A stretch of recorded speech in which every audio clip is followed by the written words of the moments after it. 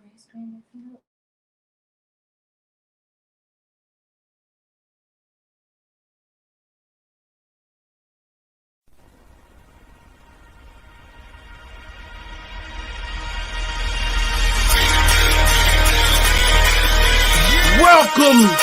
to the Bird Gang Nation Sports Media Show, repping the greatest team of all time. Let's go!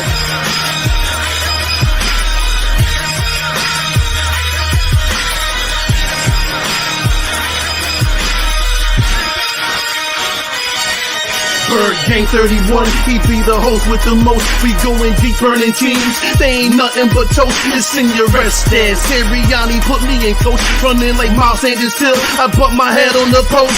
Touchdown! Yeah, that's coming. Devante's crazy route running. Jalen hurting them, throwing lasers to Rager, young gunning. Come on! On the D side, we ride, sack him with Fletcher, lay him out on the stretcher. No one can protect you. Watch Darius lay him, shutting down your routes. Come on! In my green John, eating Philly cheesesteaks. Put up your cups, wings up, if you can relate. Tailgating at the link like Gans to Stride. To the Bird Gang Nation, that's worldwide.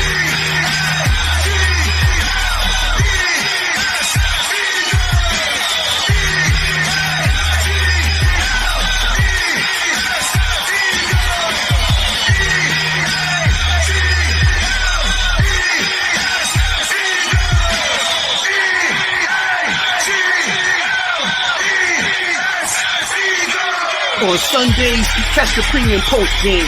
Mondays is Birds on Broad Street with Philly Notion and Cool Cat, the man in motion. And Wednesdays, the midweek special got you open with JC from Eagles Talk, hitting like B-Dog, baby.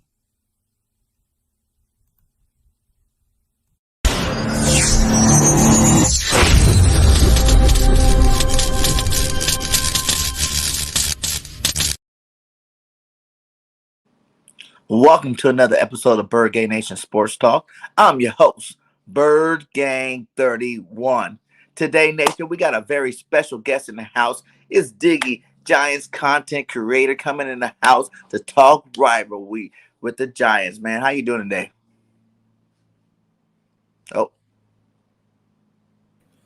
I'm doing pretty good. As y'all can tell, I got a little bit of technical difficulties going on. I don't know what's going on with my camera setup today. But I'm happy to be over here on this channel to talk some Giants Eagles. I'm sure we all been waiting for this rivalry ever since that last game of the season. Y'all saw how Giants fans reacted to that, and I know y'all been waiting for this game. We've been waiting for it too. But hey, you guys even got a little bit more heated when we jumped you guys to get Ivante Smith. Oh yeah. I'm sure a couple people. I think that's how you found my channel. You saw that video maybe of me reacting to that pick. But I like Ivante. I've been the Giants fan that has been kind of trying to talk facts to other Giants fans because I like to call things down the middle.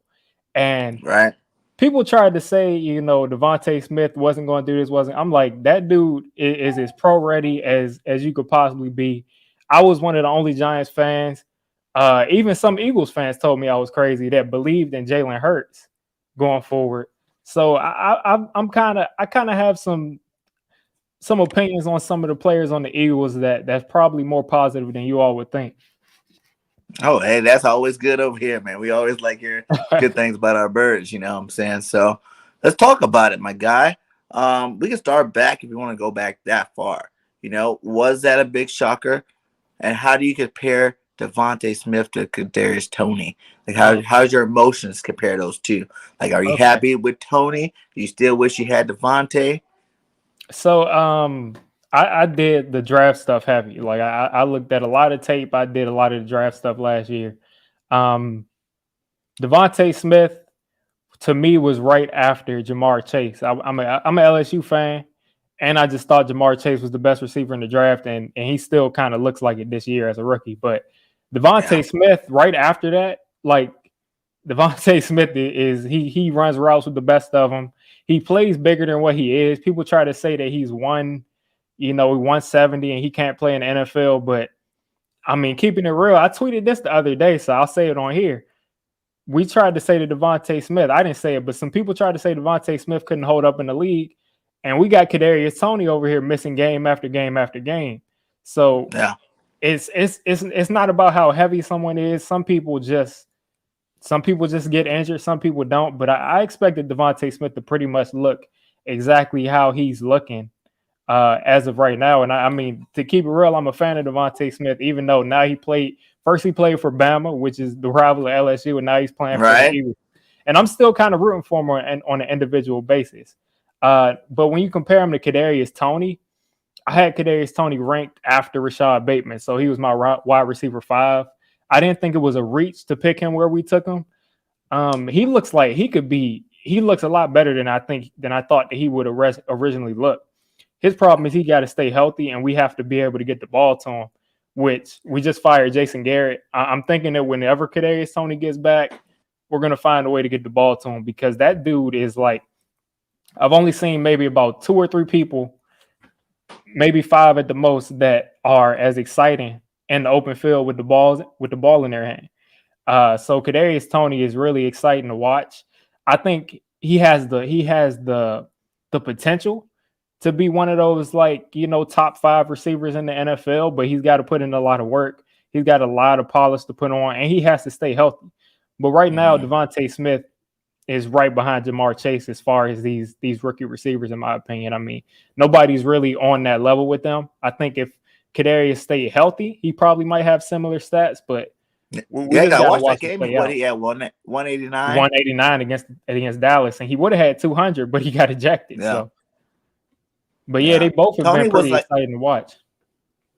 I would say of my draft, summary, I had Waddle 1, Devontae Smith 2, Chase 3, then Tony 4. In that order. Yeah, I had especially the way Tony. And I kind of wanted Waddle more than Devontae Smith, but getting Devontae with a first-round pick is way better than just getting Waddle. You know what I'm saying? So it worked out for us either way. Like, both guys, I live in Alabama now, so I get to watch, Roll Tide right now. When I left work, man, the Iron Bowl was on, man, and Alabama was actually losing. And I was like, whoa, okay. But I'm a USC fan because I'm from Cali. But, man, watching both of those guys at Alabama, all the time, both of those guys are dynamic. Like you said, Devontae Smith's more that route runner. He's in and out of breaks, but Waddle was like pure speed. And that's what I liked about him. I'm like, yes, give us Waddle. You know what I'm saying? We're at that 6th pick. I was like, all right, I'll take Waddle right here, especially since Chase was gone already. When we moved back, I'm like, oh, man, we're not going to get either one of them. You know what I'm saying? So I was thinking like one of those cornerbacks was going to drop. But then they went on that run of cornerbacks with Horn and Surtain. I'm like, oh, okay. But then when we moved back behind you guys, it's like neither one of them are going to make it that far back. And then we moved back up and got him. I was like, all right, that's what's up. I'm cool with that. Yeah, I just remember watching that. My reaction was like, people didn't kind of understand the context of my reaction video. It was me on live. Like, it was me on stream reacting to the Devontae Smith pick live. And then like I ended the clip, and people thought like I had like ended the whole stream when Devontae Smith got picked. But it was just funny to me how they just traded back, and we were like, okay, at the very worst, we'll get Devontae Smith. Like, Dallas isn't going to take another receiver, and we all jumped ahead of us. That really was surprising. It definitely surprised me. But to see what we got after that, I'm kind of happy, because I think we have a lot of upside with Kadarius Toney, and we're going to have that top 10 first round, because it looks like the Bears are going to be picking top 10. So, and it's looking like the Giants and the Eagles and Washington might have like 5 or 6 top 10 picks if the Eagles go on to make the playoffs or something like that. Y'all will have a pick outside of it, but it's looking like we're going to have a lot of top 10 picks between the two. Yeah, right now we might have 3 picks in the first. Miami could keep losing, man. That's what I'm going, because it looks like Carson's going to play that 75%, but the Colts are actually winning. Yeah, so that pick's moving back every week. But Miami's been losing, so they're still, I think, inside that top 10 pick. So that'd be 1 pick inside the top 10, and we'll see what happens with the other 2 picks there. Before the season started, what was your expectations for the Giants? Before the season started, I fell for the okie doke that Giants fans have been falling for the past since 2017, pretty much, since we've been pretty much the worst team in the league on paper. I thought we would finally take that next step because last year our biggest need last year, even more than the offensive line, was wide receiver. And we went ahead and we got Kenny Golladay, we got Kadarius Toney, and basically Jason Garrett refuses to scheme any way to get the ball to either one of them. So there's you can say that Kenny Golladay was an overrated contract. We overpaid for him. You can say all you want about that, but he is not someone who's supposed to be putting up wide receiver 3, wide receiver 4 numbers. Like, he does not get targets. He's 6'4". He's a contested catch guy. We have a quarterback who I think doesn't really like to throw contested catches, and then we have a coordinator that takes him off the field in the red zone. So we brought in Kenny Golladay and Kyle Rudolph, and both of them get taken off the field in the red zone and don't get targeted down there. So we pretty much misused everything that I thought we would bring in. And then to go with our secondary last year was really locking teams down for the whole second half of that season. And then we added Adoree Jackson, who's probably been our best corner this year. But James Bradbury. I love Adoree from USC, my guy. Yeah. Adoree's been probably our best corner, but he's not a tackler at all. But James Bradbury went from being probably like a top 2 or 3 corner last year to maybe being just a middle of the pack starting corner this year. So our defense didn't take that next step that I thought it would be. So I thought this team would be at least 8 to 10 wins. We still have an outside chance of going on a run now that we got rid of Jason Garrett, but I just don't see that now. And I have a lot of questions at quarterback now. Yeah, that's what I was going to ask you, man. Are you team Daniel Jones, or do you guys need to get a new quarterback? No, I try to be as open-minded and to try to be as non-biased, because just as much as, like, we all know this as Giants and Eagles fans, we're some of the most passionate fans in the NFL. Yeah. We can turn on a player just as quick as we can say that that's our favorite player. So I've been a big Daniel Jones supporter since day one. I was someone who thought he had all the tools, which I still think he does have all the tools. And while in plug, he's a Giants fan. He's someone who really hates Daniel Jones. But I was team Daniel Jones day one. I gave him his time, and after year 2, I said, listen, it's year 3. At that point, to me, you're a veteran quarterback. You have to be making decisions. You have to be making moves that elevate your team, and that, because that's when teams are looking at you to extend you. So he does not look like a veteran quarterback right now. He's making way too many mistakes. Sometimes he holds onto the ball. People come open, and he doesn't pull the trigger, and then they get covered up again, and then they come open, and he still doesn't pull the trigger. We have no offensive line, and that's right there. That comment comes right there. We have no offensive line. Real problem. Andrew Thomas has been playing at a Pro Bowl level at left tackle, but he just got back after missing about 4 or 5 weeks in a row, so he did not have anybody really blocking for him. The offensive line besides Andrew Thomas, who's playing at that level, is horrible. No one else can block. But even then, when you evaluate when he has a clean pocket and when he has chances to make right decisions, it just still doesn't look good. So I'm out on Daniel Jones right now. For right now, if you ask me, I don't think that he's our quarterback of the future. I don't think that he's going to take that next step. Now, he has the rest of the season to prove me wrong, because maybe Jason Garrett is as bad as most Giants fans think he is. I do think he is, but maybe he was making him look so bad that he's just a completely different player. So I'm going to wait the rest of this season to see if he somehow turns it around. And again, just like Max said, I support him. He's our quarterback. I'm going to root for him every week. But if he continues to play like how he's played the last couple of weeks, then we're going to probably be looking for some sort of stopgap quarterback, or pretty much just giving him another year until we can get another quarterback in here, because I'm not that high on that quarterback class this year. Right. Yeah. So you think would you rather build first, give them a shot behind that offensive line? You guys got 2 first-round picks next year, right? Yep. So would you rather go jump out there, get 2 starting linemen to help that offensive line out? Because you guys been rebuilding that offensive line for a while now. You know what I'm saying? Like, it's time to get it together. It's been a joke. Been a joke. And if you ask Giants fans, some will say that we put a lot of resources into the offensive line. I guess you can say that. I mean, our first Nate round pick, Soldiers. if you Nate Solder was overpaid, but a lot of people killed Dave Gettleman for getting Nate Solder. But Nate Solder was the best on paper. He was the best tackle on that on free agency, and we had to get a tackle. We didn't have any choice but to get a tackle. So it made sense to go out and overpay for him because we thought that he would at least be a league average tackle. But he has been literally the worst tackle in the league since he's been on our team. He took a year off, came back, and he's still the worst tackle in the league. So the offensive line has been a mess. We took, going back to Justin Pugh, we took in 2013. Eric Flowers, we took in 2015. 2 first-round picks down the drain. Andrew Thomas seems like he's going to be good. But Will Hernandez that we took in 2018 in the second round, he doesn't look like he's going to be good. So we're basically stuck with a left tackle that we feel like is going to be pretty good. A young center, Nick Gates, who we thought was going to be really good, but he tore up his knee.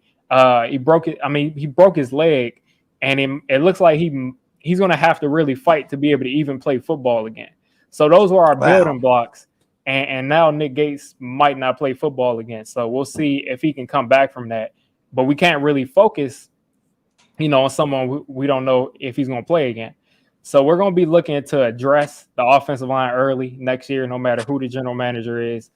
I'm thinking that we're going to go offensive line and free agency, definitely, probably on the interior, and then look to take someone like Evan Neal or Linderbaum or somebody like that, and then try to go after the best edge rusher that's on the board. Because I think even more than offensive line, or maybe just right up there with offensive line, is edge rusher. Because the Giants, again, since we let JPP go in 2017, 2016, and let Olivier Vernon go, we have not had even a league average edge rusher. So we have got to attack that too. So we got a lot to do with those first round picks. And I think we got 2 third-round picks too. So we got a lot to do. Yeah. He said he can't believe someone called. See, I can understand why people call Saquon a bust, because he's not healthy. You know what I'm saying? He's never healthy. Like, he's kind of like, we got Brandon Brooks over here. You know what I'm saying? The best right tackle in football. But the last 3 years in a row, like, he has not played. So it's like, it doesn't matter your talents if you're not on the field. You know what I'm saying? So I can see how people will say Saquon's a bust. I think the jury's still out on him.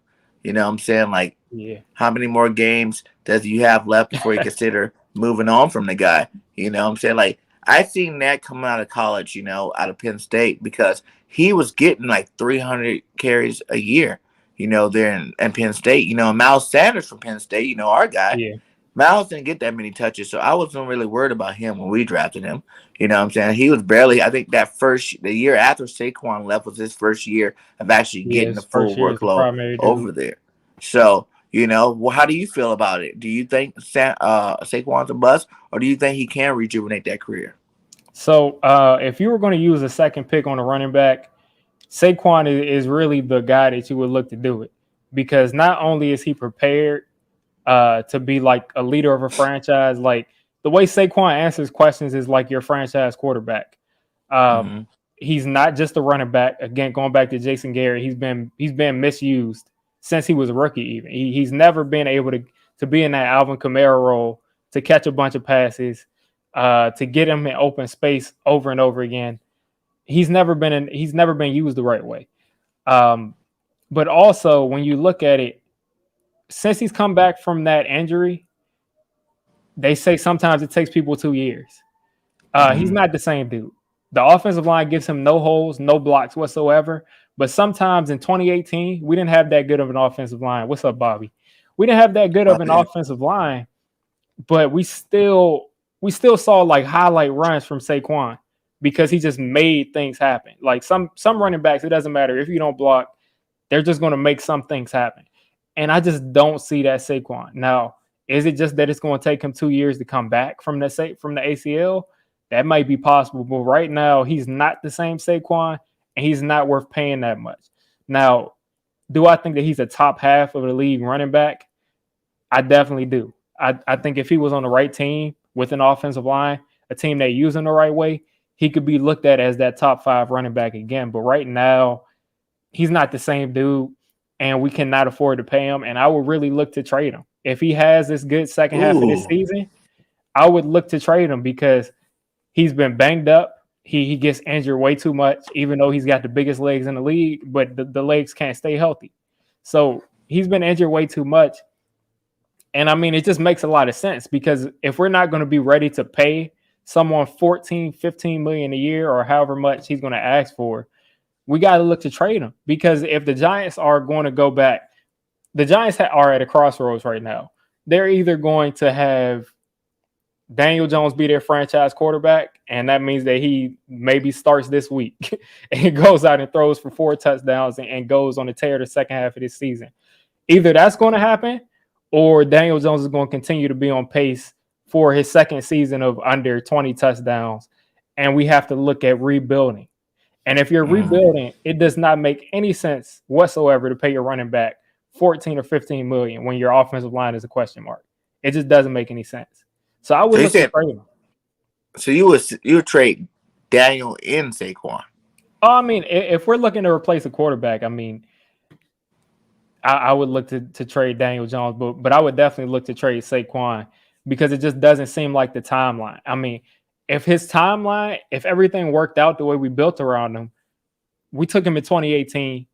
That was 4 years ago almost now. So by that time, the Giants are supposed to be a playoff team. So it makes perfect sense to go ahead and pay your cornerstone running back on a playoff team who's helping your team win games a bunch of money. But to pay him $14 million right now makes no sense to me. It just doesn't make any. And he's one of my favorite players in the league. And I hope that I can see that same player that I saw in 2018 again, because just for football's sake, even if I have to see it somewhere else, because that's not the same dude right now. So hopefully we'll start to see that soon. And then if you did trade him, how do you like Booker? Do you think Booker would be that guy in line to take over the lead role, or would you still want to go out and get another bigger name back? I think the Eagles have been the poster child for running backs, for how you should look at running backs. Go out and get 3 or 4 or 5 running backs even that you feel good about, and just rotate them in and out. If 2 dudes get injured, you still have 2 running backs that you feel good about. So right.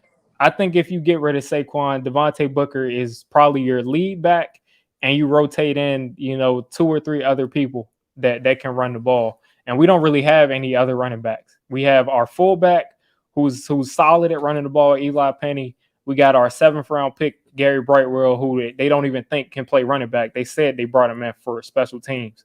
So he would need some help. I don't think he's someone that you just give him 25 carries and he's going to carry the team. But if we kept Devontae Booker going forward, we would have to definitely get 1 or 2 other running backs to help him out. Yeah, man. Hey, it's a rough world out there, man. Now let's get to these receivers, though. You guys went all out this offseason. You know what I'm saying? You guys got Tony, you got Slayton. You know what I'm saying? You got Gaudet. Are these receivers just not playing up to their abilities, or is it that Daniel Jones just can't get in the ball? Well, like I said, I right now I'm not that high on Daniel Jones, but Jason Garrett has not done anything to help Daniel Jones to succeed. My problems with Daniel Jones are when Jason Garrett makes a good call and the offensive line gives him time and he still makes a mistake or he still misses something. But Jason Garrett, for the most part, doesn't give Daniel Jones any sort of chance of succeeding as far as making big plays for these wide receivers. Kenny Golladay was never a receiver that was going to give you 5-6 yards of separation and highlight someone with his route running. He's someone that's going to go up and get the ball. He's a contested catch receiver. We don't throw him any contested catches. Now, possibly part of that is Jason Garrett. But part of that, too, is Daniel Jones just not trusting Kenny Golladay enough because they haven't played much together because our entire core has been injured. And, again, he just has to trust his receiver, and he's not doing that right now. That's my biggest problem with this entire offense is that we have what I believe is a true number 1 receiver, and we don't highlight his strengths at all. Like if you watch Giants games, Kenny Golladay maybe gets 1 to 3 catches a game. All of them are for first downs. All of them are contested catches where they could be put on highlight reels. but it's only for like 12 or 13 yards. Sterling Shepard is pretty much the engine that makes this receiving core run. And as always, he's always hurt. He's not going to play again tomorrow against the Eagles. But he gets you about 3 or 4 first downs a game just because he's that good at running out of that slot. But he's going to be hurt again. Kadarius Toney, same thing. I mean, we just don't get him the ball in the open field, and he's not someone that you're just going to line up outside and just have him run a conventional route tree and expect him to just dominate all game. You got to get him in open space. And Darius Slayton, to be honest with you, Darius Slayton is not good. Darius Slayton is a one-trick pony. If you put him on that 9 route, you got him going straight down the field. When you have a Kenny Golladay and Sterling Shepard and everybody else there, and he's singled up, Darius Slayton is a problem. But if you want him to go out and run any route but a streak route, he's not gonna be able to get open. And we all saw in that Washington game in prime time, he dropped a win for us. Wide open touchdown, he dropped a win. So I'm really looking at our top 3 guys, Golladay, Shepard, and Toney, and they haven't been given any opportunity to succeed in this offense. And even Evan Ingram, who had his drops last year against y'all last year, lost us another game. Yes. He had 1 drop this year, which was amazing because last year he had like 11 drops and 4 of them went for interceptions. So he's only had 1 drop this year, and we don't use him. He's one of the fastest tight ends in the league. You get him in the open space, and he can go 70, 80 yards. We don't put him on seams. We don't put him on crossers. We sit him. We tell him to run 8-yard routes and turn around and look at the quarterback. So we don't use these players to their strengths. And I'm hoping that now that Jason Garrett is gone, we can do that, because I do think we have a top 10 receiving core from top to bottom. And then if you include Saquon and the entire league. So hopefully they can get utilized. And I would say about 30 to 40% of that goes on Daniel Jones not being able to get them the ball at times too. Yeah, man. There's some boys over there, you know what I'm saying? I think it's more Daniel Jones than them. But it goes back to your offensive line too as well. You know, that's what we're moving on to now. The offensive line is not, you know, like we said, it's been rebuilding. Do you think that putting it all together, getting some linemen, you know, give Daniel Jones another year or 2 to develop, you guys can see more production from these receivers? Because I liked Ingram. I thought he was a good tight end. You know what I'm saying? He's explosive. He's fast. You know, he can get out there and, you know, make plays. Yes, he has some drops, but, you know, everybody drops some passes. Like, but he had, I mean, last year he had like 11 drops. He had the turnovers that he caused from his fumbles and drops that led to interceptions. It was just way too much for someone who's playing tight end. It was just way too much. And what about your defensive line? How's that going? Because you guys got my boy, the big cat over there from USC, Leonard Williams. Yeah, we got a couple. How's he been playing this year? How the rest of those guys going? Leonard Williams this year has been doing all he could. He's doing all he can. He's missing Dalvin Tomlinson, our nose tackle from last year. But other than that, he's doing all he can. I think he's pretty much on pace to do exactly what he was doing last year. It's just that the rest of the defense isn't doing their thing. So it looks like he's having a down year. But he's pretty much on pace to be the same person. Dexter Lawrence, our other defensive tackle that lines up beside him, he's been up and down. Sometimes he completely just wrecks games. Sometimes he just disappears for the entire game. And I think one of the biggest issues on our defensive line is Danny Shelton.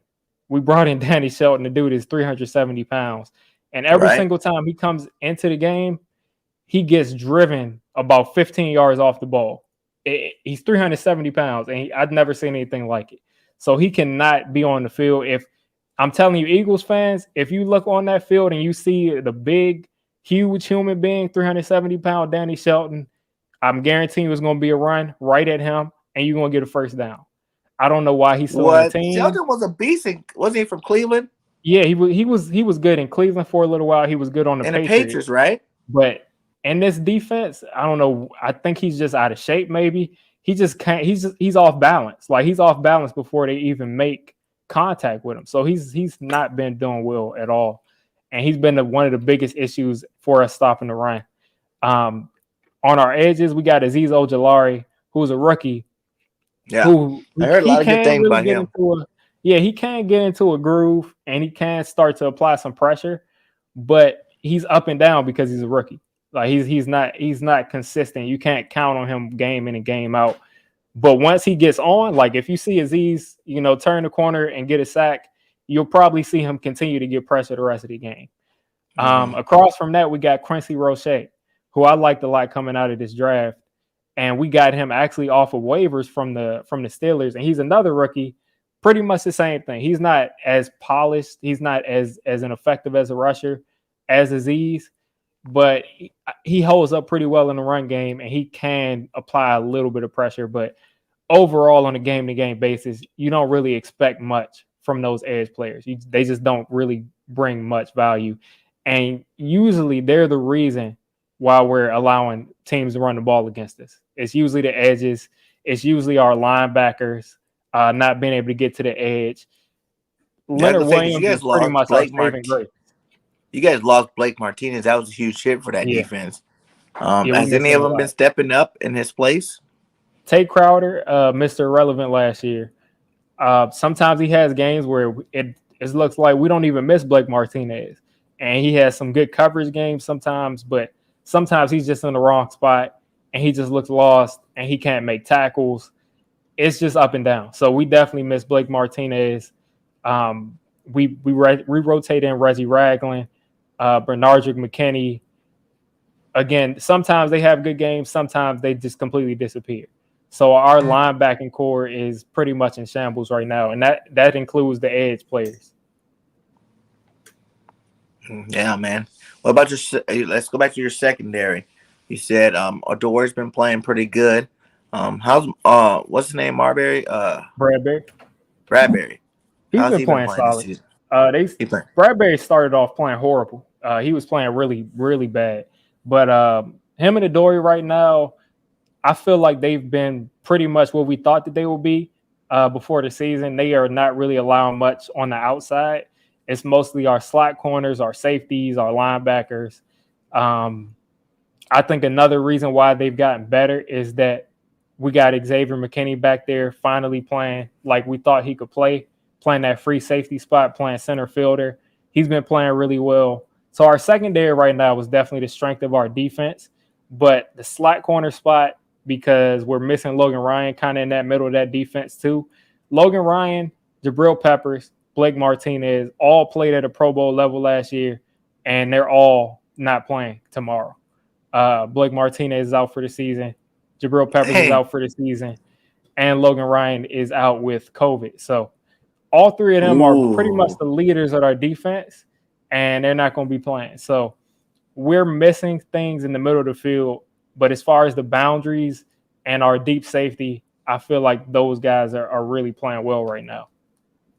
So without all those guys, how are you guys going to stop, Devontae Smith, Quez Watkins, and Rager and those boys, and Dallas Goedert? No. Okay. First off, I don't have much confidence. If they start lining up Devontae Smith in the slot, I think he can eat all day right there.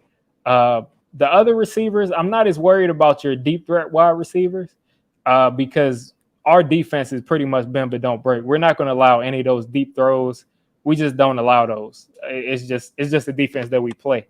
But we're going to just basically make Jalen Hurts. We're going to make Jalen Hurts pretty much play the same type of football that Tom Brady played at a very high level last week, because he's the best at all time at doing it. We're going to make him have to dink and dunk the ball down the field, get every first down on the third down, and make him drive the length of the field. We're not going to give up chunk plays. We did that at a high level last year, and we're finally getting back to doing it this year. But I think the saving grace for Jalen Hurts and what he lacks that Tom Brady doesn't have is that he's going to be able to run the ball on some of these 3rd and 5s, 3rd and 7s, 3rd and 8s. I think that's where Jalen Hurts can possibly hurt the Giants the most. We don't really have a spy player that would spy that quarterback who I feel confident in. It would have probably been Jabril Peppers. It would have probably been, another one of these people who are injured. So that's where I think if the Giants can make Jalen Hurts drive the length of the field, and then also limit him when he tries to take off and run, they'll have a shot in this game. But that's easier said than done because he's shown. I mean, what he had 3 touchdowns last week running the ball. Yeah, that's nothing to sneeze at. 3 touchdowns from a quarterback. It's the first time in Eagles history quarterback ran for 3, and we had some greats. Randall Cunningham, Michael Vick, Donovan McNabb, Vince Young, even for a little bit. Yeah, even Vince for a little bit. Yeah, so that was pretty good. Like, I'm definitely on the Hurts train. We're going to definitely get onto the Eagles side of the ball. But before we go there, everybody, we got 25 in here. Please hit that like and subscribe to both channels. BIRDGANG Nation, Sports Talk, doing live streams every day. We try to collab with some of the best content creators on YouTube. You know what I'm saying? That's what I love to do. This is a sports talk show for the fans. So make sure you subscribe to me if you have not. And subscribe to my boy Digge546. 546 0546. These numbers be killing me. Yeah. But both links are inside the chat. And if you have not subscribed, if you like more than just Eagles, Giants, you can subscribe to my network. It's BGN Sports Media. That's a NFL network. Give you NFL content every day of the week. All teams. You know what I'm saying? So we're definitely rocking over there. Kitchens. Is Kitchen calling the plays for you guys this week? Or is it going to be the head coach? I've heard both. I've heard some people say Kitchens, but I also heard some people say Judge said he was going to be calling them. Well, it's not confirmed who's going to be calling the plays. I'm pretty sure that Joe Judge isn't going to be calling plays. He's never called plays in his career, and he's not really an offensive guy, so I doubt he's going to be calling plays. If he is, that'd be actually pretty funny to me. I don't think he's calling plays though. Freddie Kitchens is the most experienced play caller. Judge said that it would be a collaborative process as far as who the offensive coordinator will be. So that's like the design. We have a couple of people that we have in our offensive staff. We brought in Russ Callaway from LSU, who was part of that Joe Burrow staff where they was lighting the world on fire. We got why am I forgetting the dude's name? We got an offensive line coach right now who was a head coach in college, who was also the offensive coordinator. So we got a ton of people who have experience with that. So Joe Judge definitely isn't calling the plays, but I'm 95% sure you'll see Freddie Kitchens calling those plays.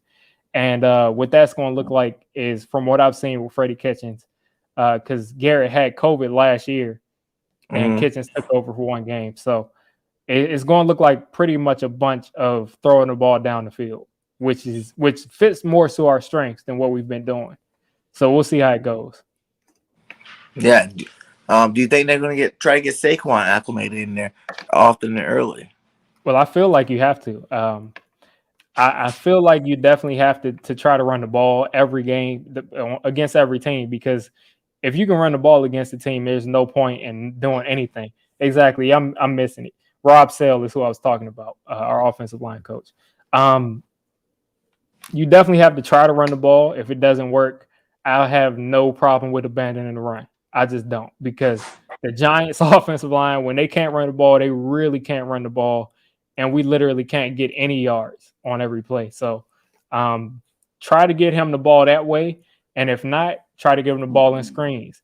Line him up in the slot. Get him the ball in the open field, because we cannot continue for years to allow teams to take away the run game and then eliminate one of our best players on offense. So we just got to figure out other ways to get Saquon the football in the open field if for some reason we can't run it at the beginning, which I'm pretty much going to tell you right now that we're not going to be able to run the ball. I just can't see that happening with this offensive line. We got a bunch of guys who in June weren't on our roster right now that are starting. So we got to find ways to get him the ball in the open field. How many Eagles games have you watched so far this year? Probably about 3 or 4. I saw a good amount of the last Eagles game. Yeah, I've seen a couple, and then of course, I'm usually watching Red Zone when the Giants games aren't on, and I usually see, at least when y'all get in the Red Zone. What's What's your take on us so far this year? You got a good offensive line. That's one thing. Jalen Hurts, again, he's someone I've always believed in. He had his downs for a couple of games, but he's a real threat running the football. You got yourselves a pretty solid wide receiver core, which I was saying before the season too. I believe that y'all had a solid wide receiver core.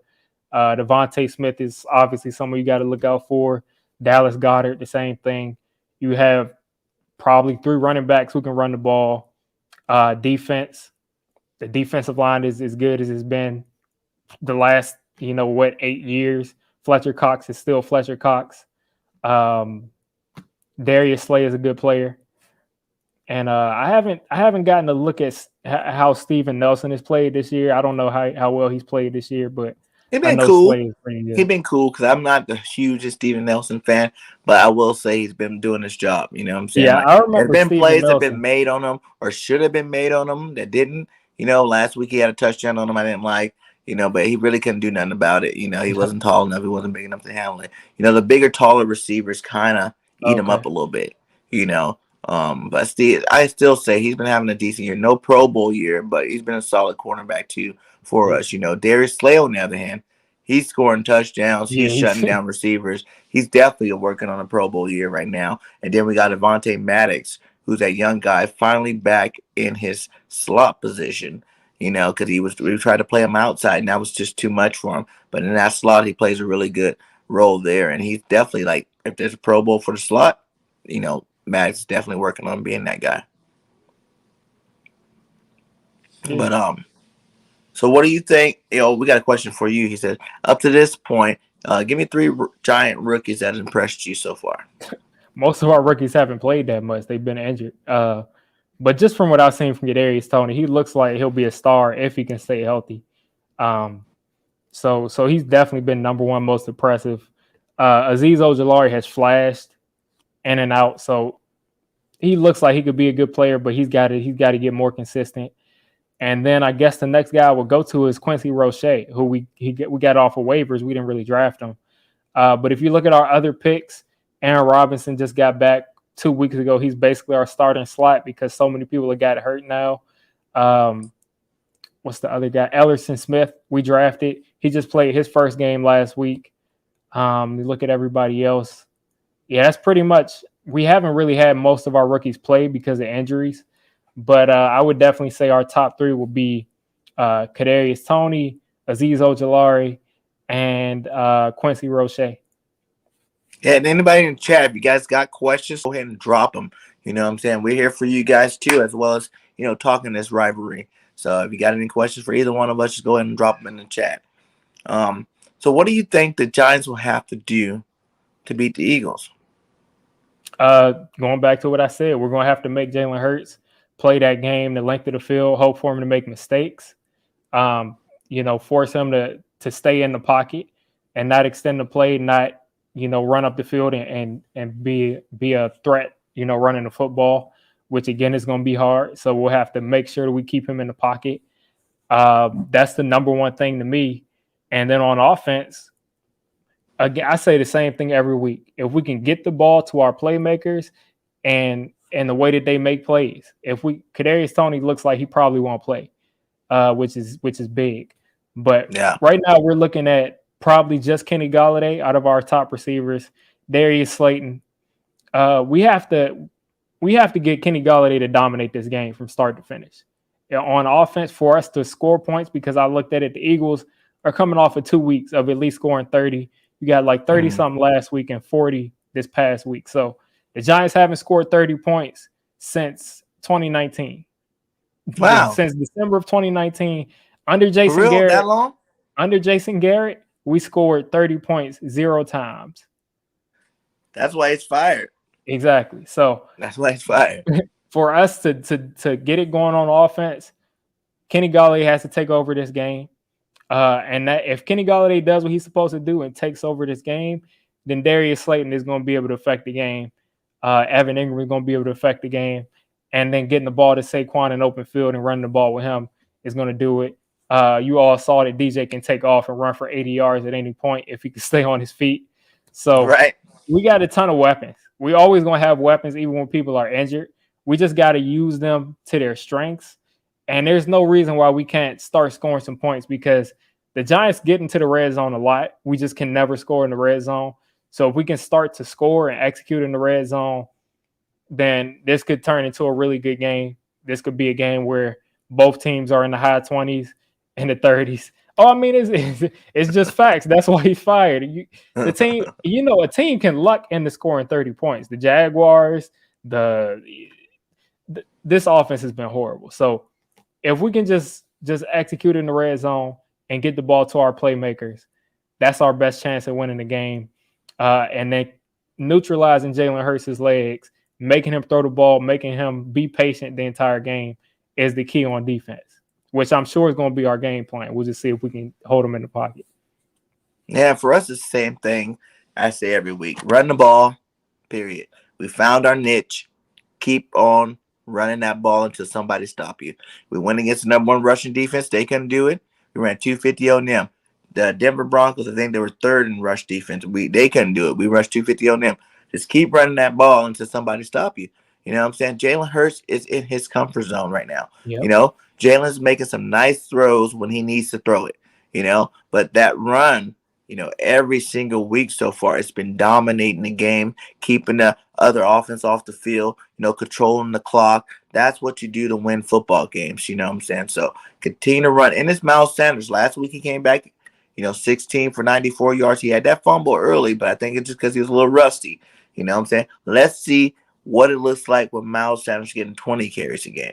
You know what I'm saying? Let's see if he can break off for some nice long runs, and does do his thing the way everybody knows. We're like you guys say with Saquon, we've been waiting for Miles to come out and make his stamp. Because like you guys think Saquon's a top 10, top 5. I personally think Miles Sanders is a top 10, I agree with you. You know what I'm saying? He just doesn't get enough carries. You got to give him the rock for him to prove it. And he earlier in the year when we weren't running the ball, he was just getting frustrated. And then now, we're running the ball. He came back last week. He got some carries. He had that little fumble thing. But let's see it progress to the next level. Let's give him 20 carries a game. Jordan Howard's out this week, which is a big blow because he is our power back. And I do love the way he's running the ball. Like, I'm not the hugest Jordan Howard fan because he kept getting hurt. You know what I'm saying? He kept getting hurt with us before, but this year he's definitely earned my, faith and trust again that we can give him the ball a lot, And even last week, he ran some nice runs last week in the game. So he's down for this week, but I do think, a lot of Eagle fans are a little bit down about it. But I'm like, it's time to let Miles shine. So we need to run that rock because it has nothing to really do with the running backs, I don't think. Jalen Hurts is one reason why we run the ball really well. It's because he manipulates that defense. Is Jalen gonna keep it? Is Jalen gonna run it? You know what I'm saying? He's learned how to hold that pull. You know what I'm saying? Like, but now you got linemen stutter stepping, trying to figure out who's gonna get it. And then that 1 second, these guys are way too fast. Either one of them, Jalen, Miles, whoever running back's back there, they're way too fast. They can definitely take advantage of that. So in our offensive line, they're monsters, man.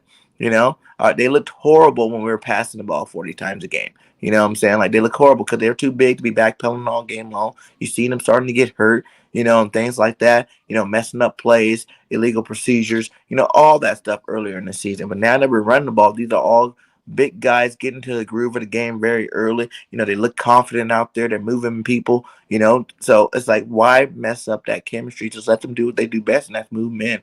They're road graders up there. So I think that's a huge strength that we have coming down the back end, especially since it's November and December. This is run football weather. This is run football time for most teams in the NFL. So let's keep that trend going. The second thing I would say, we have to get to Daniel Jones early. Shake that cage early with Daniel Jones. Go hit him in the mouth a couple of times on the first 2 drives. You know what I'm saying? Like, just come blitz him. Because our defensive coordinator blitzes quarterbacks he's not scared of. And I think this should be a quarterback that you shouldn't really be that scared of going into the game. So go hit him in the mouth early. You know what I'm saying? Go punt Daniel Jones. We call him Daniel Food Stamps over here on this channel. But go hit Daniel Jones in the mouth. You know what I'm saying?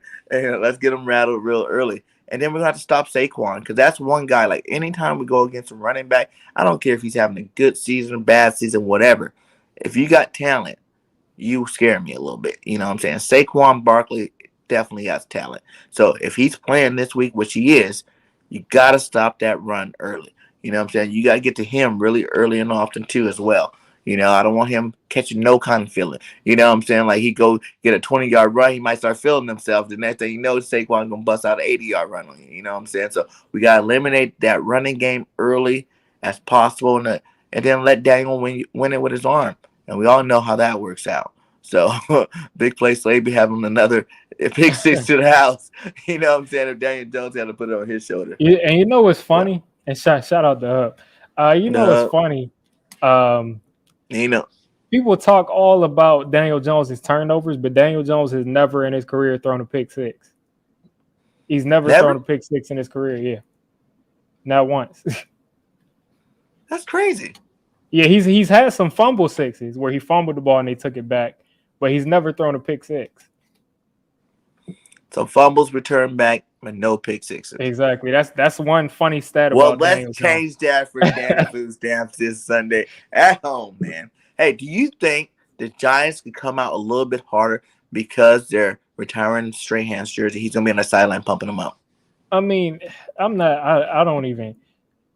The Giants media staff, I feel bad for them because this is the 10th year of our Super Bowl, and they've been pushing that a lot, and we just don't even want to hear it. I mean, Strahan, I watched Michael Strahan play, and I love his career and stuff, but people aren't thinking about that. The players, they're just trying to survive. They're just trying to survive. I mean, I'm sure they're going to come out pumped up, but they came out pumped up in the Eli game against the Falcons, who we should have blown out. Oh yeah, but we ended up losing because we gave the game up. So hopefully they come out on fire. Hopefully Strahan just gives a speech and pumps the team up before the game. I could see that happening. And maybe again with a new offensive coordinator, the Giants do come out a lot on that first drive with a really nice drive and usually put up some kind of points on the board. So it's possible. And I wouldn't be surprised if this Giants team went out and scored 40 points or if they went out and scored 0 points. I don't know what to expect from them week to week, which is my biggest problem. Is I just never know what to expect. I can't really say this is what we do well, this is what we don't do well because it's a different team week to week. So we'll see if they can go out there and try to get things going early. I think that's our best shot to try to, put our foot on the gas early and of course, get away from that run game for the Eagles because that's what y'all do best. So if we could do that, that would be huge. But I don't really think the Strahan thing has much to do. If your team isn't good, it doesn't matter whose jersey you're retiring. It doesn't matter. Hey, shout out to the 30 in the chat. Yeah, make sure you guys hit that like. We are dropping content every single day for both teams. So make sure you hit that like and subscribe to both channels. The links are inside the description. My boy Richie says, do you think they fire coaches too soon in New York?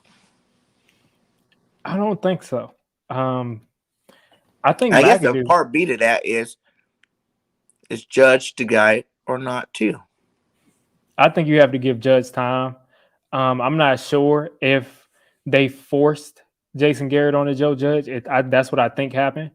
But if they didn't, then Joe Judge is at fault because he watched that happen for years or way too long. But if they force it on him, I think you have to give Joe Judge at least next year. You have to give a head coach. Unless every game we look like we just can't compete, I feel like you got to give your head coach 3 years. If you guys are you guys are 3 wins right now? We're 3 wins. If you guys finish the season with 5 wins, I think you still give him 1 more year. Just because Jason Garrett was so bad and we were in so many games at the beginning of the season, I just feel like unless we enter a situation where the Giants are getting blown out, we have 7 more games this year. If 4 of these 7 games the Giants get blown out, you really evaluate that and say maybe you need to move on. But if the Giants compete in these games the rest of the way and they look like they're getting better, just give them 1 more year. If the team doesn't take that next step up, that's when you have to go and look somewhere else. As far as Ben, who's you guys' defensive coordinator? Patrick Graham. No one's talking about him. I hear about the head coach. Patrick Graham was getting a bunch of head coaching calls this offseason because we were so good on defense last year. And we started off really bad on defense this year. And we're getting back to pretty much where we were last year slowly, but we just don't have the same personnel, so we're never going to really be an elite defense this year. But Patrick Graham, I think his scheme is a good scheme. I think he's a good coach, but he's not the same guy that I thought he was last year, to where I thought he could really turn any defense into a top unit, and he's like someone we can never afford to lose. He's just been a good coach for us this year. It's not really much other, it's nothing much else, but just he's been a good coach for us this year. So if you got rid of, you already got rid of your OC. If you did get rid of your head coach, you'd be wanting to keep Graham. I would probably want to keep Patrick Graham, but if a new head coach came in and they wanted to bring in a new defensive coordinator, I wouldn't be like, oh man, we lost Patrick Graham. I would be like, it just happened. He got replaced. And I think Patrick Graham could probably be a good defensive coordinator and maybe eventually a good head coach eventually, but he's not that irreplaceable guy that I thought he was last year. Okay. Sounds good, man.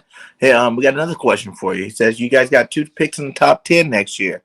Which 2 prospects do you hope the Giants get, or do you hope they trade down? I will be looking at Evan Neal, the tackle, and I will be looking at Hutchinson, the pass rusher, or I'll be looking at Thibodeau, the pass rusher. I want to come away with everybody looking at Thibodeau. I want to come away with a pass rusher that I feel really good about, and an offensive lineman. That's the 2 picks. If both of those guys are gone or one of those are gone, I would take Derek Stingley. I would take Kyle Hamilton. We just need an elite. We need 2 elite players. That's how I feel. But mostly on the offensive line. With 3 first-round picks, we better have 2 elite players out of the 3. 2 elite and 1 good.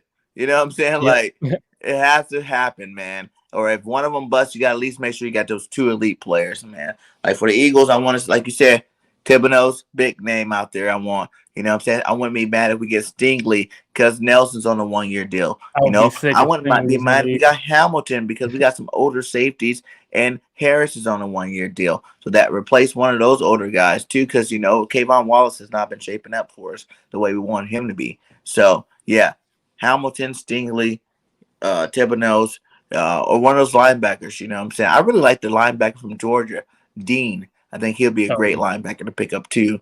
Later with one of those later picks, and we always need another lineman because Kels might be retiring. Lane Johnson got a couple more years. Brooks, we got to. I know his salary says otherwise, but we got to get rid of him because he's not playing. Yeah. So those will be 3 positions. There's a lot of good linemen this year coming out, especially on the interior. Richard says, "What jerseys are you guys wearing tomorrow?" I think we're just wearing our regular home jerseys, white jerseys. The white ones, all white? Pretty sure. Those jerseys right here. Right. Yeah. Oh, yeah, those nice. What is your favorite Giants jersey? People always ask. I mean, Giants fans have been talking about the jerseys the last couple of weeks. I'm like, I don't care about the jerseys. I just want to win games. The jerseys that we play, that we always get blown out by the Eagles in, those are some nice jerseys, but why would I like those jerseys if we always lose in them? The color rush jerseys. Which one are the black ones? No, the Eagles wear the black color rush jerseys, and the Giants wear the white color rush jerseys. All white. Yeah. Those are some nice jerseys, but we always lose in them. So, Smuggler said, "Do you think Jalen Hurts is a quarterback of the league, a future quarterback of the league?" Do I think he's the future of the league as far as the face of the league? I'm not sure about that, but I do think that Jalen Hurts can be a really good quarterback, and I've been kind of consistent on that since they drafted him. I laughed about it because I knew Eagles fans were going to get mad at it, and Carson Wentz was still there, but I do like Jalen Hurts a lot, and I don't know what his ceiling is necessarily, but I do think that he can be a really good quarterback, and I wouldn't, as an Eagles fan, be like going out to try to replace this dude because I think you can build around him and win with Jalen Hurts. Yeah, I know he hasn't, peaked yet. He's only 16. This will be his 16th game. You know what I'm saying? But to be top 10 overall, in terms of stats, overall stats for every single quarterback that's been ever played, from your Mahomes, your Brady's, You know what I'm saying? To be top 10, man, you got to give the guy a little bit of credit. You know what I'm saying? When Yeah. you know he has flaws, and he's definitely going to be improving that. You know, but like I tell everybody, those flaws only get improved by playing. You know what I'm saying? Jalen hasn't seen every defense. He hasn't seen a receiver run every route. You know, Has you he played need a full those season things. yet? I don't think he's even No, played a not full even the full season yet. 16. Well, I guess from last year, this game would probably be 16, I think. Game 16 Probably, yeah. for him. So that would be considered a full season. And then you look at that full season stats, you know, he's top 10 right now. So you really can't, you know, look down too hard. I can see what people say accuracy, you know, but that's really, if you look, whenever we run the ball, his accuracy's high. You know, is when we don't run the ball, he has to throw those 40, 50 times when the accuracy low. But most quarterbacks is, I mean, if you all the look time. at if you look at like the best quarterbacks of all time, and you look at games where they had to throw the ball 40, 50 times, they usually lose. He said, what color jersey I like? Me personally, I like the Kelly Greens. You know what I'm saying? Or the old school. Yeah, the old school Kelly Greens, man. I like that one. That's my favorite jersey out there. But so you think this is gonna be a high scoring game, low scoring game? I hope it's a high scoring game. I mean, as a Giants fan, from what I've had to watch this last year and a half with Jason Garrett, if we scored 35 points in this game and lost, I would probably be happy. I would probably be happy just because we finally did something on offense. But I hope it's a high scoring game. I do think that this Giants defense can hold the Eagles to under 25. So that's probably our best shot at winning the game, is holding them under what they usually do. When we don't score 30, we lose. Every win Yeah. has been 30 points or more. I do think the Giants defense can do that, but it's just about if they can stop the run and stop Jalen Hurts. So if I had to guess right now, I would say that I would guess that the Giants would score like 17 to 20 points and the Eagles would score about 24, 25. That's what I would guess just from looking at it now. Okay. I have a question for BIRDGANG. Do you see the New York Giants being contenders again? It always happens, man. Teams have their ups, teams have their downs. I watched the Eagles lose for a lot of seasons, to be honest. You know what I'm saying? Back in the day when we didn't have no quarterback, we had Corey Dittmer, you know, Ty Dittmer and Corey Dittmer backing them up. You know what I'm saying? Guys like freaking, what was the other guy's name? The Garcia era wasn't too bad. Vic era wasn't too bad. You know, Ronnie Pete wasn't that great. There's been a lot of quarterbacks through here. We had a lot of losing seasons, like really until Andy Reid took over. And that's when our winning ways started to kick in the full swing there. You know what I'm saying? With the 5 NFC championships in a row. And like we just became more of a winning establishment once Andy Reid came. So yeah, I think whole NFC East, like a lot of people call it the NFC least, but we the ones with the most championships. You know what I'm saying? So get up off of us. You know, like I feel like we're a big family. You know, we pick on each other, but ain't nobody else gonna come and pick on us. You know what I'm saying? Like whoever's got the most wins is the big brother for that year. And then, we pick on everybody else, but then like ain't nobody else in the league need to come. Yeah, people like to call us the NFC least because people like to talk about our teams the most. Our teams are the most popular teams in the league. And I mean, last year our entire division got injured. Every team in our division, most of their roster got hurt. The year before that, I can't even remember. But if you look back even 2, 3, 4 years back, you got the Cowboys and Eagles in the playoffs at the same time. You got multiple teams in this division making the playoffs at the same time. I just don't understand how you could call this division NFC least. Because, again, look at last year. Dak got hurt. Wentz was playing behind all backup offensive linemen. Saquon got hurt that first couple of weeks of the season. It was a mess last year. So, I mean, I don't know what people expected. And we always go back and forth. We're the best division in football. We're the worst division. We're the best division in football. We're the worst division. So it's like, what year are you on? You know, they just hear the media always say that. So they always want to run with it. Like, oh, you got the NFC least, you know what I'm saying? But in reality, we got the most championships. You know, come holler at us. You know, we're the only division that beat Brady and all them runs he had at the championships. You know what I'm saying? So come holler at us. It's always like Cardinals fans and people like that talking. Like, Cardinals? Like, for real? They used to be in this division, and it's the reason they're not anymore. They don't have any championships. Right. Plus, what do y'all think about Bryce Young? I think Bryce Young is going to be really good because he's only a freshman now, right? Yeah, he's only a freshman, so I think he's going to be really good. I think most players from Alabama is really good. You know, like they got a track record of having. You think about the league today. Most of your best players at all the positions are Alabama players.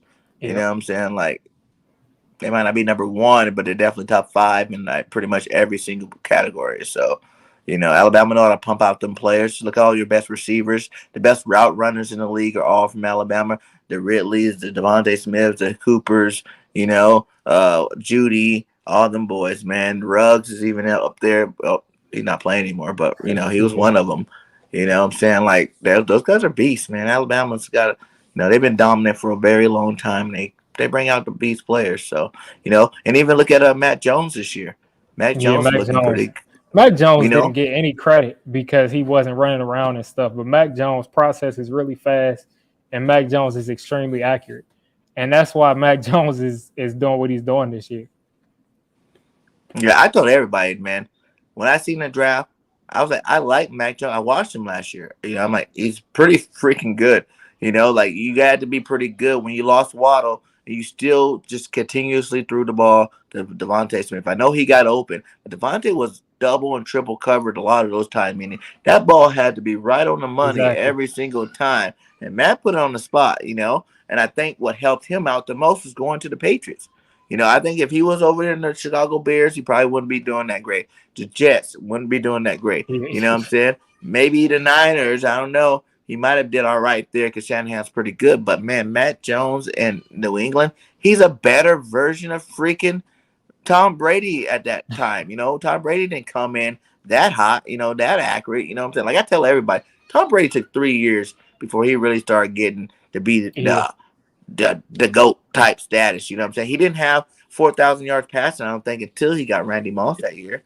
You know what I'm saying? Then after that, man, that's when he went on his run. And now, you know, you see him. I do give him credit. Like, is he one of the best quarterbacks ever? Of course. But is he the GOAT? Nah, I can't say he is. I'm not a huge We can have that debate a whole nother day. That's a whole nother debate there. You know what I'm saying? What do you think? Do you think Tom Brady's the GOAT? I think Brady's the undisputed GOAT. What? Undisputed even? Yeah. Man. Hey, everybody, give me some facts behind it. What's your theory on it? I mean, the dude is the most unstoppable force you've ever seen. I mean, he was stopped multiple times. Yeah, but if you look at your team stopped him twice. Exactly, you guys got him once, but he got you once too. The thing is, Brady is he's unstoppable, man. Like, I understand he lost a couple of Super Bowls, but it's a every team year sport. Back. Every year he's back there with another team. Did you see all the players he added to that team?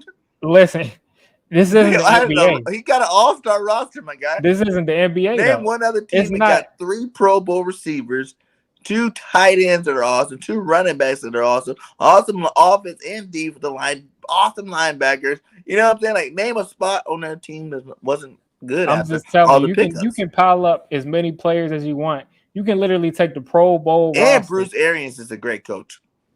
I don't know about that. Some of the stuff I seen Bruce Arians do, the Buccaneers offense was struggling until they went back to Brady's offense of throwing these shorter routes, because at first they had Tom Brady just dropping back and trying to throw it 50 yards every play. And I think Bruce Arians is kind of overrated. You think so? Yeah. Yeah. Oh, that's cool. I think, is he the best coach? No, I still give, and that's another reason why I think the whole Patriots thing, the reason why you want to know my reason why I don't give Tom as much credit, probably, is I think it was like 70-30 Tom with the Patriots in their Super Bowls. You know, I think it was more Belichick. And you know what really marked me for me saying that is when Tom was out. Remember, he got hurt early in the season? And I think it was Castle that came in, and Castle took him to 11-6 that year. Yeah, but they didn't make the playoffs.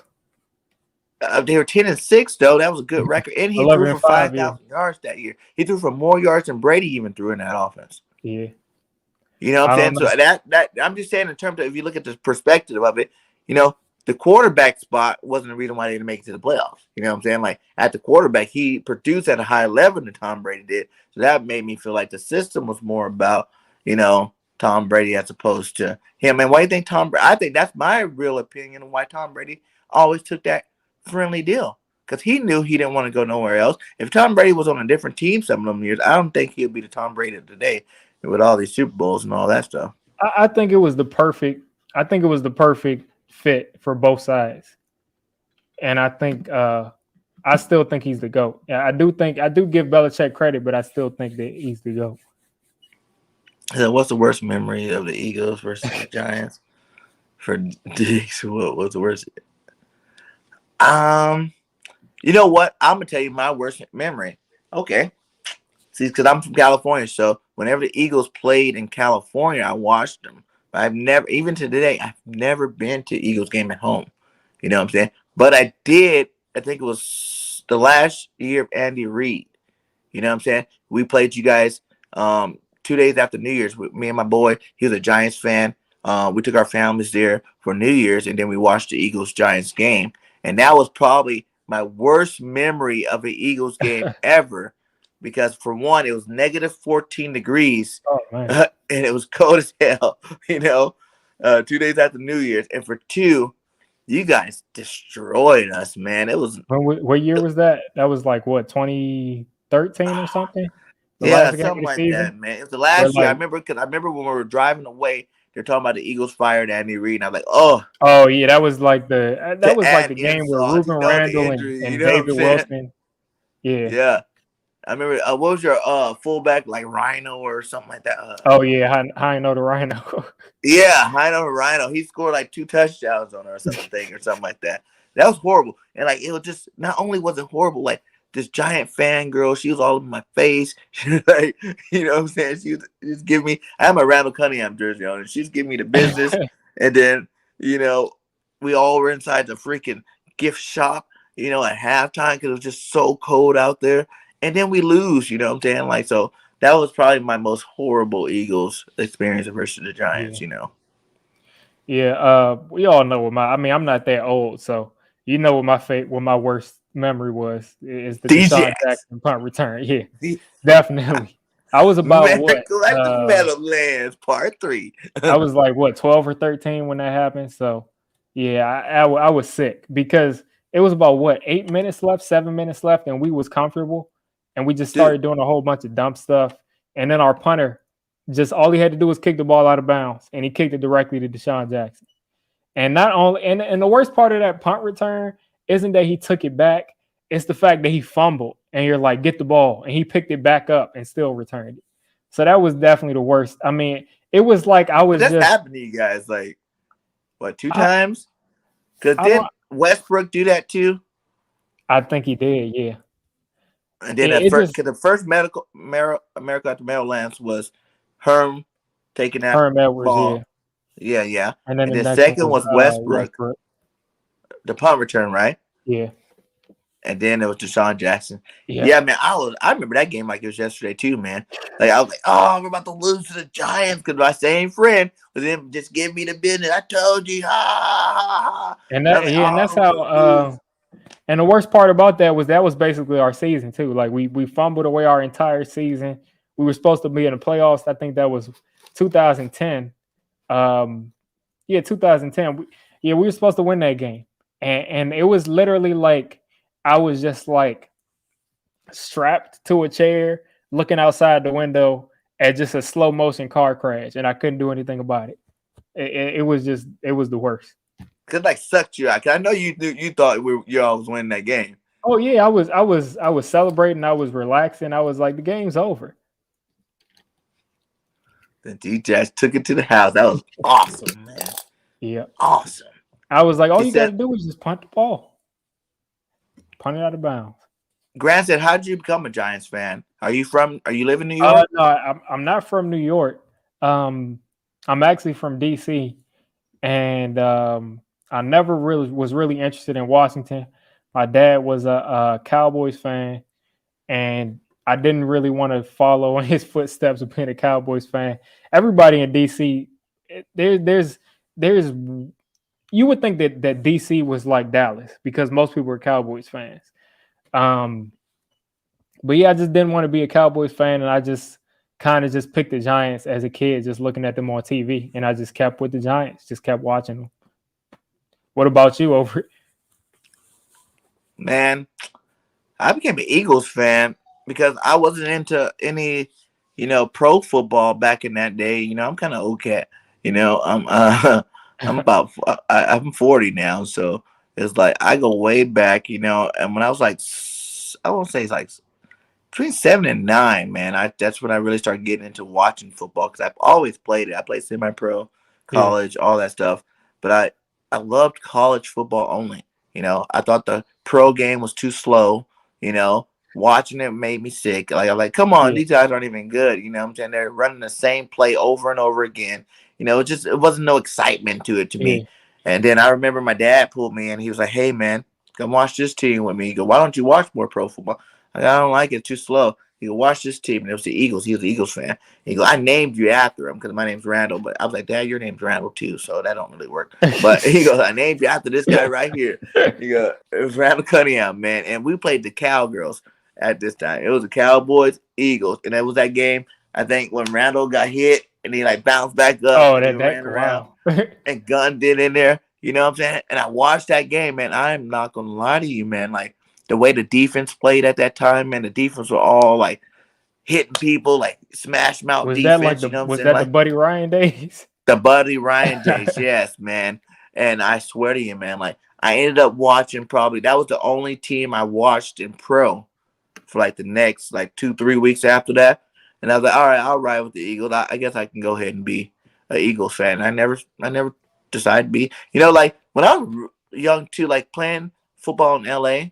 They kind of try to force you to be a Raiders fan, you know what I'm saying? Because Raiders always gave you free tickets to everything. Every game was either Raiders or Dodgers, And I loved Bo Jackson, too. I'm a huge Bo Jackson fan. You know what I'm saying? Those Raiders, Howie Long, all them boys, Mark Allen, those guys did great. But then, like I said, like I didn't really like pro football when I was going to all that stuff. So it was like when I finally liked it, it was like watching the Eagles, man. And I've been rocking with the Eagles ever since, man. Like all them losing years. And just stay rocking. Their defense always gave you something to watch. You know what I'm saying? Like they were always still like, no matter what the record was at the end of the season, they still gave you, good football to watch when you're watching them lose those games. So, yeah, like I said, for a long time, it's just our quarterback. We needed a quarterback. Our offense, needed some quarterback play. But then after that, man, I got to watch the Andy Reid era. Andy Reid's still my favorite coach of all time. I think he's the GOAT. So do you think that they should have gotten rid of him, or you think they should have just kept him there? Me personally, I wanted Andy to come back another year. Let him, because he had so much personal stuff going on when we got rid of him. Exactly. You know what I'm saying? Like his son was getting in trouble or whatnot. You know what I'm saying? Doing that little off the field stuff. There's a lot of off the field issues going on that year with him. And his life wasn't stable at that time. So it was like, but he took us to 5 NFC East championships in the Super Bowl, my guy. Like, and we almost won the Super Bowl. If it wasn't for Donovan now selling his soul for Chunky Campbell soup. Throwing up. Hey, that's my theory on it. I'm a conspiracy. So I think that's what he did. So I love Big Red, and I just, I think it was time for him to move on too. At the same time, the Eagles need to start fresh, but I wanted to see him get another year. Now, if you talk about Dougie P, I think Dougie P needed to go. He was too full of himself after that Super Bowl. And, I think now it's really starting to come to me, was it really him or was it Frank Wright? Frank Wright, yeah. You know what I'm saying? And even with Nick for a little while, I'm like, what, is it really Nick being that great of a coordinator? Because Frank still called the plays. So, was it Nick or was it Frank Wright? You know what I'm saying? So, I'm still in that argument and debate with myself. Was it just a Frank Wright era? And then, after that, if you look at our offense from the Super Bowl year, our offense went down. Every year. We went to the playoff 3 out of 4 years now, right? But the offense itself went downhill every single year until last year, where you seen the 4-win game season, and that was horrible. So it is what it is, though. Both of those guys are gone. Carson's gone. We got Jalen Hurts We're rocking with Jalen Hurts, and we're gonna see what Jalen Hurts can do for us, man. What up? What did you say your score prediction was going to be? My score prediction. I think what I said like 25-17. I would have the Eagles winning. I think the Giants have all the potential to score a bunch of points, but they got to show me before I start saying that they're going to. You're like, before I start rooting for you, you're going to have to show me. Yeah. That's what's up. I got the Eagles winning 35-14. You know, because I think we have to get over 30 points. You got to get the 30 to win. We got to get 30 to win. That's what it's been all season. So I don't know if the Giants going to be any different there. Or maybe this might be that game is so close because of the division game that it might be a lower scoring game. Yeah. But, you know, as far as I know, we don't get to that 30 mark, man. We ain't won no games this year. So I'm going 35-14 Eagles. What I like to do at the end of my shows, though, I like to do an all-time Giants team. Or for Eagles team, when you're Eagles content, whatever team you are, it's your favorite team. And it's from your experience of watching these guys. Like, it don't have to be the all-time in the stat book type thing. Yeah. It's just your favorite players of all time for the Giants for you. We'll start out with the quarterback. Give me your favorite quarterback of all time, and then who'll be backing them up. And it doesn't have to be a backup. It could be a starter too. You know what I'm saying? Just your favorite two quarterbacks, basically. Of course, I would probably say Eli, and then I would just put Phil Simms on the bench. Phil Simms, so nice. Who would be three running backs? Give me three running backs in the quarterback. Well, my favorite Giants running back ever was Ahmad Bradshaw. So I would just go ahead and run with Ahmad Bradshaw, Brandon Jacobs, and then give me Saquon. Oh no! Give me Tiki Barber. Give me Tiki Barber. Tiki instead of Saquon. I hated Tiki too, man. Tiki did some work. And then you got a fullback.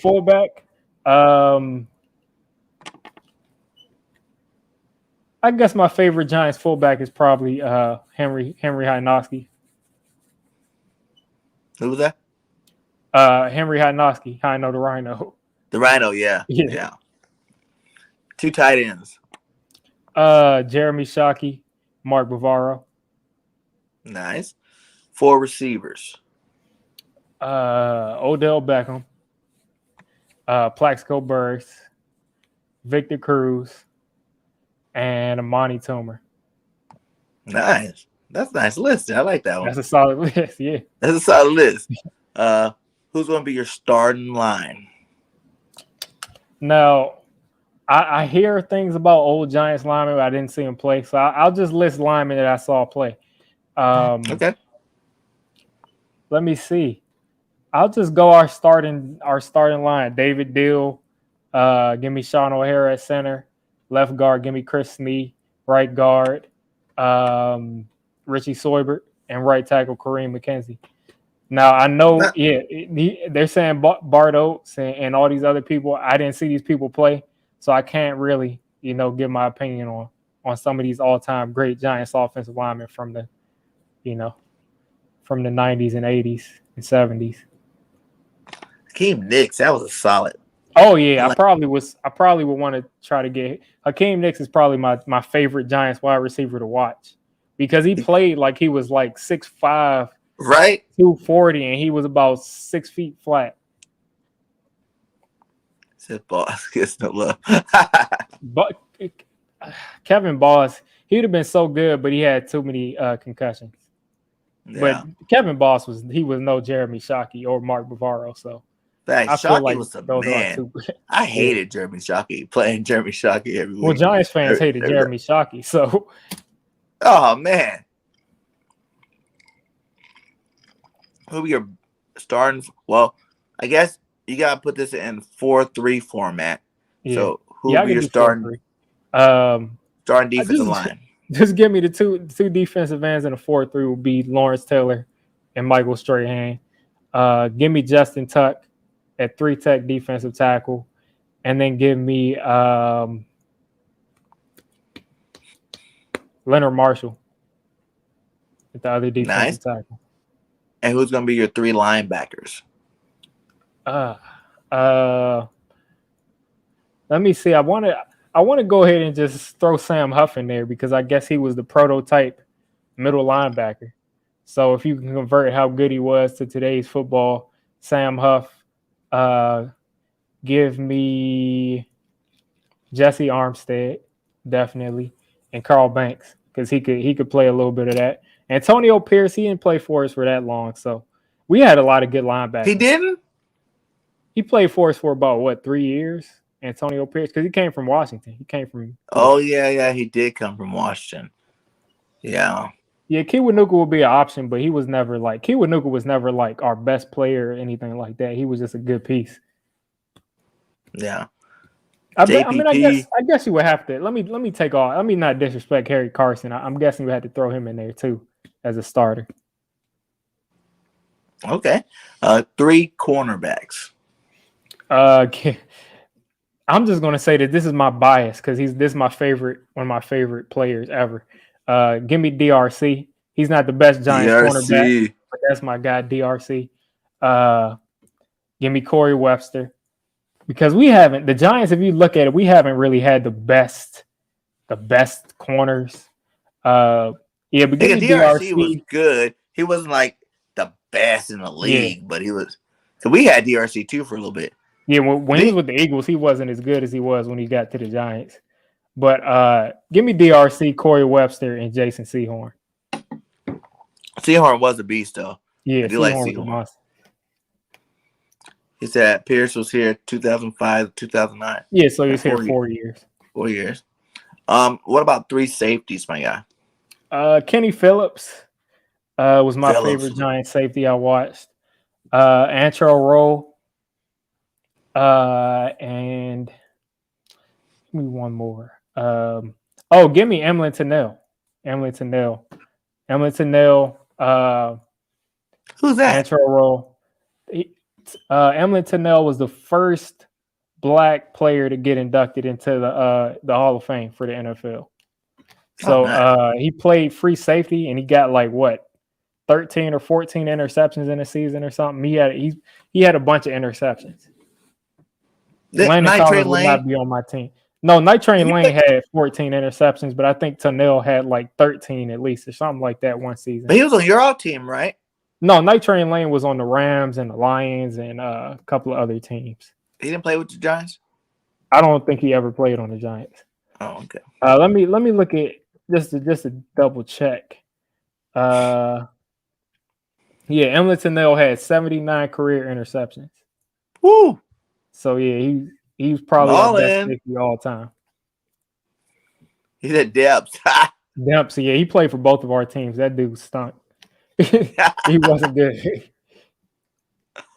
Okay, well, who would be your kicker, your punter, and your special teams ace? Lawrence Tynes, Jeff Fiegels, special teams ace. I guess I'll throw Dwayne Harris in there. He was really good for us on special teams. Returning kicks. I guess our best special teamer that I've seen was Zach Diossi, our long snapper. He was always the first one down the field. Well, I mean, in terms of returner. Oh, returner, yeah, Dave Meggett. Meggett? Yeah. Meggett was a beast, too. Yeah, I did like watching Meggett play. Yeah. Who's going to be your defense coordinator? Bill Belichick. Belichick. Yeah. Offensive coordinator. Give me Sean Payton. Head coach. Bill Parcells. Could you imagine if all 3 of those guys were inside one room on the same time? It was almost like Tom Landry and Vince Lombardi was on the same staff at one time on the Giants. They were the offensive and defensive coordinator. That list right there, man. Woo! Let's give them some things, man. Let's give them some things. Those are some of the best to ever do it right there. Yeah. Man, that's nice, man. Hey, great team, my guy. Thanks again for coming on. We still rocking with 22 in the chat. Much love to all you guys. If you have not subscribed to either one of our channels, go ahead and do that. The links are inside of the chat. And also hit that like while you're in here if you haven't hit that already. Go ahead and let everybody know where they can find you at, my guy. You can find me everywhere. I'm not on Instagram too much, but Twitter, YouTube, Digge546, Digge 546. My content has kind of been a little bit slower than usual lately. I usually try to do a little bit more NFL wide things. So be on the lookout for that. When the draft season comes around, I'm going to be doing draft videos heavy on all the prospects. I still got my videos up on Devontae Smith and Landon Dickerson and all the prospects. So be on the lookout for that. And thanks for having me on. Hey, it's a pleasure, man. Thank you for coming on, my guy. It's a pleasure. Much love to you. And, keep growing it out, doing your thing over there. Hey, if you want to come over to the network, man, we would love to have you. You know what I'm saying? We definitely need to talk about that if you ever are interested. You know what I'm saying? We need some Giants content creators on there. And I like the fact that you want to do all NFL as well, man. So, let me know if you want to do that.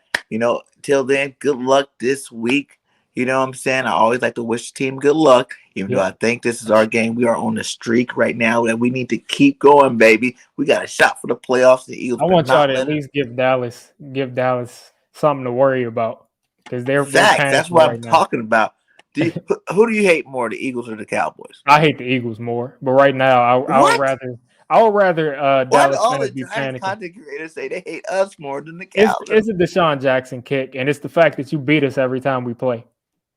Dallas has kind of been more of a rivalry. We beat Dallas, we lose, we beat, but the Eagles, y'all have been dominating us. Y'all say it so 20. confidently. It's the Eagles. Yeah, it's not it's close. not no pause. Let me see. Close. Maybe I don't.